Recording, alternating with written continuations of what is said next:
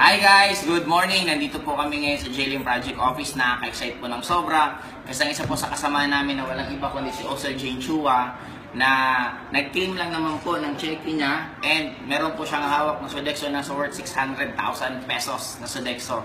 Nakakabaliw po ang InGlobal ngayon kasi dati po pairing nakakabaliw. Ngayon po ang baliwan na po gaano karaming Sodexo ang nahahawakan mo. Kaya para sa akin siguro gusto mo nang ma-interview anong pakiramdam ng isang Bicolana graduate ng nursing, tapos ginawa niya po ang InGlobal after ilang years ka na ba, Ouch? 9? 9 years. After 9 years, anong buhay meron sa kanya ngayon? Sobrang sarap kasi nag-start din ako sa abang-abang ko ang 1.5 sa DTC. Click agad, diba? Para may panggalaw.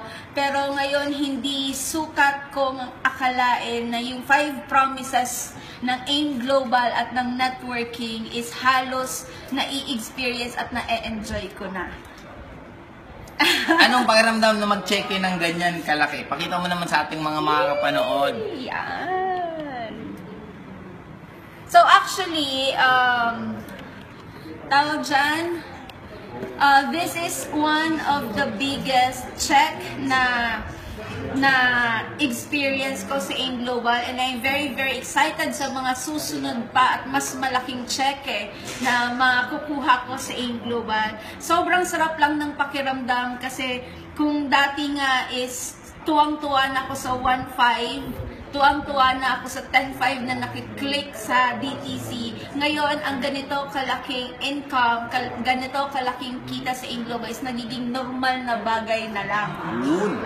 Actually guys, nakakatuwa kasi akala ko biro lang po yung kasabihan na kasi ako nagpagawa ng bahay, pag hindi ko trip yung pintura, kahit na pintura na, pinapaulit ko. Ito pong katabi ko, sobra pong kakaiba. Kasi po ang AIM Global ngayon, sabi nga nila, pataas ang standard. Ako po, pintura lang kaya akong papalitan.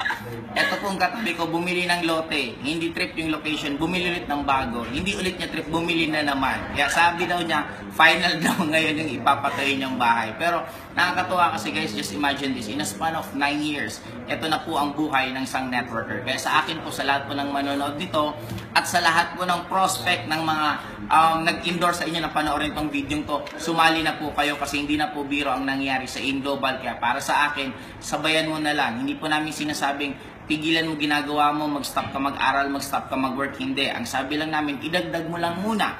Pag nakita mo at nagandahan ka sa nangyari sa'yo, then ituloy-tuloy mo kasi isa lang sure ko.